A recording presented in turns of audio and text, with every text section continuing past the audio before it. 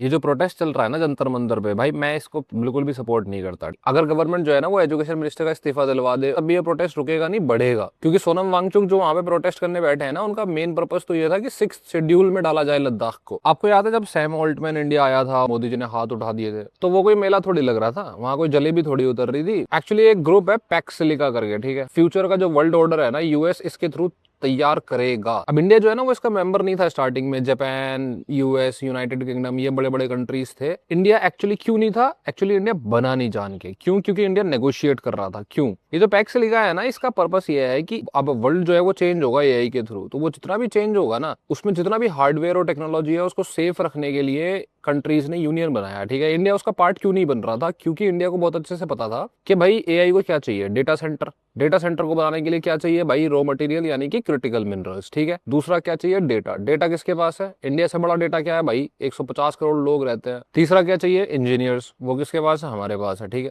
वैसे तो पैक्स लिखा में इंडिया की जगह बनती नहीं थी ऑफिशियली, क्योंकि हमारे पास कोई टेक्नोलॉजी है ही नहीं, हम एआई में कहाँ है। लेकिन इंडिया ने क्या किया, 10-20 साल वेट करने की बजाय एकदम से लीप मार दी, जंप मार दी। कैसे? नेगोशिएट किया कि भाई देखो बात सुनो, हम पैक्स सिलिका का पार्ट बनेंगे, लेकिन हम बनेंगे अपनी शर्तों पे। और अब हम वो वाले इंडिया नहीं है 1970s 60s वाले, अब हम आएंगे यूएस के बाद नंबर 2 पे। मतलब ये इंडिया का विजन है मेरे हिसाब से। आईएमएफ, वर्ल्ड बैंक बने थे सोवियत यूनियन को तोड़ने के लिए, और पैक्स सिलिका जैसे ऑर्गेनाइजेशंस बने हैं चाइना को तोड़ने के लिए। आपको क्या लग रहा है हमारे देश में जो सेमीकंडक्टर फैब इतनी सारे बन रहे हैं, क्यों हो रहे हैं वो? क्योंकि हमने ले लिया है। एक ऑर्गेनाइजेशन बनाई गई, ट्रस्ट, सिर्फ और सिर्फ यूएस और इंडिया के बीच में साइन हुई है। और उसमें ऐसा नहीं है कि हमारे नेता जाएंगे मिलेंगे, नहीं नहीं नहीं, सिर्फ नेशनल सिक्योरिटी एडवाइजर ही आपस में बात करेंगे, मतलब अजीत डोभाल ऑब्वियसली। क्यों? क्योंकि यूएस जो है, जो टेक्नोलॉजी वो दुनिया के किसी भी कंट्री के साथ शेयर नहीं करता, वो इंडिया के साथ शेयर करेगा, ताकि एआई की चिप्स तो बनाएंगे हम, लेकिन बनाएंगे तो हम उसमें बिजनेस करेंगे बढ़िया वाला। अब प्रॉब्लम पता है क्या है? इंडिया दे क्या रहा है? डेटा और ये सारी चीजें, उसमें एक रॉ मटेरियल, जो रॉ मटेरियल की माइनिंग होगी ना, वो इंपॉर्टेंट है। अब जैसे लिथियम है या और भी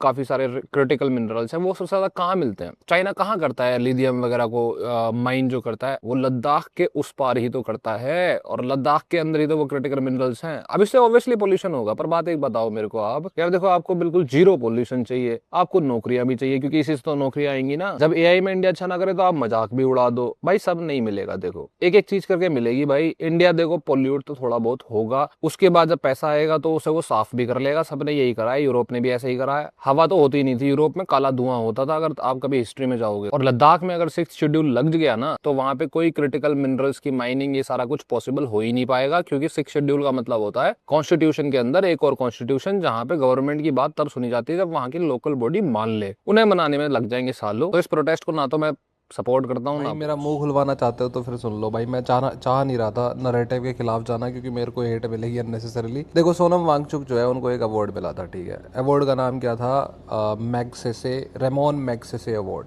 कौन है ये मैग्सेसे? ये बंदा, ये मैग्सेसे जो था ना, वो फिलीपींस का एक कम्युनिस्ट के अगेंस्ट लड़ने वाला एक बंदा था। एक्चुअली सीआईए का वन ऑफ द मोस्ट, मतलब इम्पोर्टेंट एसेट इन फिलीपींस। उस बंदे के नाम पे अवार्ड रखा गया। अवार्ड को फंड कौन किसने किया? रॉकफेलर ब्रदर्स फंड ने, और साथ में फोर्ड फाउंडेशन। इनका पर्पस ही एक्चुअली वेस्ट के इंटरेस्ट को सॉल्व करना होता है, क्योंकि सीआईए डायरेक्टली पैसे को फनल नहीं कर सकता। अब ऐसा नहीं है कि भाई देखो, आज का जो करप्शन है ना, या फिर आज का जो पैसे की ट्रांसफर होता है, वो ऐसे नहीं होता कि मेरे अकाउंट में पैसे भेज दिए, तुम्हारे अकाउंट में पैसे भेज दिए, पुलिस पकड़ लेगी, ये नहीं होता। अब बिल्कुल सब कुछ लीगल तरीके से होता है। कैसे होता है? ऐसे मान लो कि जब एक बार तुम्हें अवार्ड मिल गया, फिर 2-4 साल बाद तुम्हें फिर अवार्ड मिल जाएगा। जैसे सोनम वांगचुक को अवार्ड मिला, रोलेक्स अवार्ड मिला, फिर उसके बाद मैक्सेसे अवार्ड मिला, तो मोस्टली आपको अवार्ड मिल जाएगा। एक तरीके से आपका करियर उस फील्ड में स्टार्ट हो चुका है एज क्लाइमेट एक्टिविस्ट। अब आपको उसी में फील्ड में आप करियर बना सकते हो। ऐसे मान लो कि 10 साल से आप क्रिकेट खेल रहे हो, आपने रणजी खेल ली, आईपीएल खेल लिया, अब इसके बाद में तुम फुटबॉलर थोड़ी बन जाओगे। अब तुम्हारी जो चाबी है वो बीसीसीआई के हाथ में है, उसको उल्टा बोल के तुम करियर नहीं बना सकते। तुम्हारा पैसा वहीं उसी गेम को खेलने से आएगा, या तुम्हारा करियर उसमें बिल्ड होगा। तो सोनम वांगचुक जो है वो क्लाइमेट एक्टिविस्ट तो है, कोई दिक्कत नहीं है। पर ऐसे जो क्लाइमेट एक्टिविस्ट और भी होंगे ना हमारे देश में, भाई आपको खुद नहीं लगता कि इंडिया में कोई भी डेवलपमेंट प्रोजेक्ट शुरू हो जाए, उसके बाहर प्रोटेस्ट होने शुरू हो जाते हैं? एक से लेके 100 तक कोई नहीं बचता भाई, एक तो बच जाए। और ये जो अवार्ड है ना, अभी आप पढ़ के देख लेना, संदीप पांडे एक सोशल एक्टिविस्ट थे, उनको 2002 में अवार्ड मिला था। 2024 में उन्होंने उस अवार्ड को वापस लौटा दिया। क्यों? क्योंकि उन्होंने यही बातें बताई जो मैं आपको बता रहा हूँ। अब आप खुद पढ़ लेना जाके, ठीक है। और अजीब बात यह है कि भाई लोग कह रहे हैं कि भाई तेरे को शर्म नहीं आती कि नीट के प्रोटेस्ट के लिए तू बिल्कुल भी बोल नहीं रहा। मैं बोल तो रहा हूँ भाई, मैं तो कह रहा हूँ भाई रेजिग्नेशन लो, लेकिन तुम बाकी चीज़ें क्यों जोड़ देते हो? स्पेशली भाई सोनम वांगचुक का मेन जो इवेंट था, पर्पस था, वो लद्दाख को 6 शेड्यूल का ही था। और 6 शेड्यूल लगते ही वहाँ डेवलपमेंट नहीं, वहाँ पे कोई भी प्रोजेक्ट नहीं हो पाएगा। अब भाई चाहूँ तो मैं भी यही कर सकता हूँ कि सोनम वांगचुक के लिए वीडियो बनाओ, हवा चल रही है, तुम भी 2-4 फॉलोअर कमा लो। मेरे से नहीं होता, मेरे को बड़ी पिक्चर दिख जाती है, फिर छोटी पिक्चर मैं नहीं देख सकता। कैसे देखूं यार, आप भी चलो नहीं फिर देख मैं पाओ। आपको और बताऊं कुछ सोनम वांगचुक जी के बारे में। मैं कह रहा था मेरा मुंह मत खुलवाओ यार, फिर वही वाली बात है। 1964 में ना यूएस को सोवियत यूनियन को काउंटर करना था, तो उसने एक स्कूल खोले, school for international training. School नहीं था ये यूएस की स्टेट डिपार्टमेंट के अंदर आने वाला डायरेक्टली एक इंस्टीट्यूट था, जिसमें से 10-12 बंदे या 10-12 स्टूडेंट या फिर 20-30 स्टूडेंट ही ग्रेजुएट हुआ करते थे। उस स्कूल की ट्रेनिंग इतनी हार्श और इतनी स्पेशल हुआ करती थी। और इसका पर्पस क्या था? पर्पस ये था कि जैसे आप स्पाइस भेजते हो या एजेंट्स भेजते हो, तो वो ठीक है, काम आ जाते हैं, लेकिन आपके पास ऐसे बंदे होने चाहिए जो वहाँ के जगह पे जाके वहाँ के कल्चर को सीख के इतने घुल मिल जाएं कि आपके नरेटिव और अमेरिकन सॉफ्ट पावर को वहाँ पे पुश कर सकें। एक महिला जो है वो यहाँ पे ट्रेन होती हैं या फिर उससे रिलेटेड है किसी तरीके से, एसआईटी से। उनका नाम था रेबेका नॉर्मन। अब ये जो रेबेका नॉर्मन है, ये पहुंचती हैं लद्दाख, और लद्दाख में जाके गेस करो ये किन से जाके शादी करती हैं? सोनम वांगचुक की जो वाइफ है उनका नाम क्या है? अभी अभी वाली नहीं, अभी तो गीतांजलि जी हैं, उससे पहले जो वाइफ थी उनका नाम था रेबेका नॉर्मन। और भाई साहब 1996 में शादी होने के बाद में, जैसे होता है ना कि अगर औरत चाहे तो आदमी को खुदा बना देती है, तो पता नहीं क्या सोनम वांगचुक जी की जो जिंदगी बदली है भाई साहब। मतलब लगातार अवार्ड, 2002 में अवार्ड, 2008 में अवार्ड, 2012 में अवार्ड, 2016 में अवार्ड, 2018 में अवार्ड, पता नहीं कितने अवार्ड्स मिले।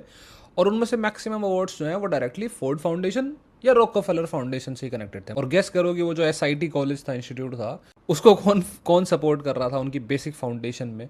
Rockefeller and Ford foundation. वो तो छोड़ो, अभी जो सोनम वांगचुक जी के जो भी बिजनेस चलते हैं या उनकी जो भी काम है, जैसे उनकी एक कंपनी है, तो उस कंपनी में जो फंड्स फनल होते हैं वो फ्यूचर अर्थ एक नाम की कंपनी के थ्रू होते हैं। अब या ऑर्गेनाइजेशन बोल दो, एनजीओ बोल दो। और फ्यूचर अर्थ का जो फाउंडर है वो आदमी क्लब ऑफ रोम का वाइस प्रेसिडेंट है। और क्लब ऑफ रोम जो है उसको फाउंड करने में किसने सपोर्ट किया? Rockefeller and Ford foundation. क्या किस्मत थी सोनम वांगचुक जी की? अब किस्मत थी या कुछ और?